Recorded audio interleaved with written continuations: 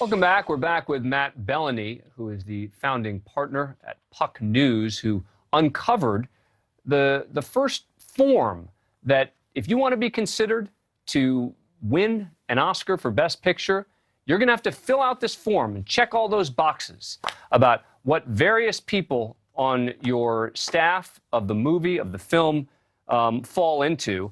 And Matt, before the break, I was asking what filmmakers in Hollywood are telling you about this. I mean, I've got to believe that they're not happy on the whole about having to fill out a form like this.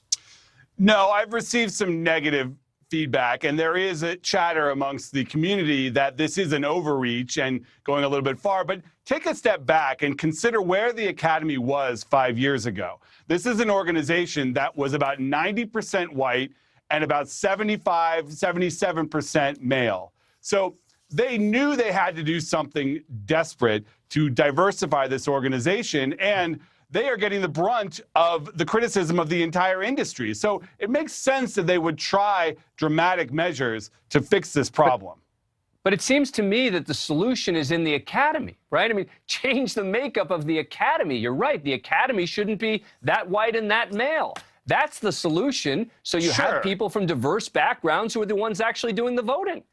Here's the problem, though. If there is no pipeline for those people to get enough credits and to be in the mix on movies and be invited into the Academy, then there's not going to be anyone to fill those roles. So you have to start somewhere. And the feeling is, if you can get people to start thinking about those hires, and hey, if you're going to have an all-white crew, you're not going to be eligible for Best Picture. Maybe you'll put some diverse people into the mix, and ultimately those people will be eligible to join the Academy.